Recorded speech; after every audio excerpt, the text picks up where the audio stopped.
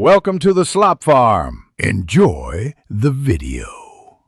You begin by verifying DNS and software so the certificate can be issued. Check the domain and AIA records resolved to your Linux server. This is essential for validation.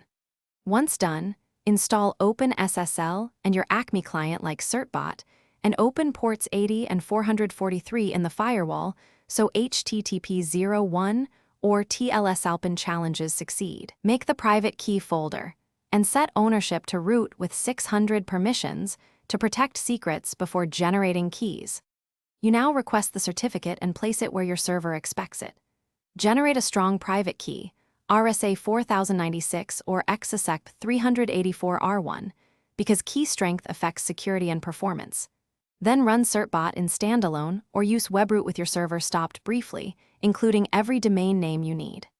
After issuance, make sure the certificate, private key, and full chain are present in the target directory. These files must be readable by the web service, but not world-readable for safety.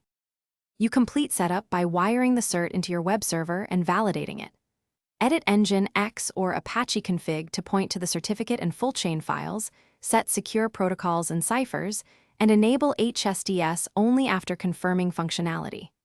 Reload the service, then test with OpenSSL S client and a browser to inspect the chain and hostname.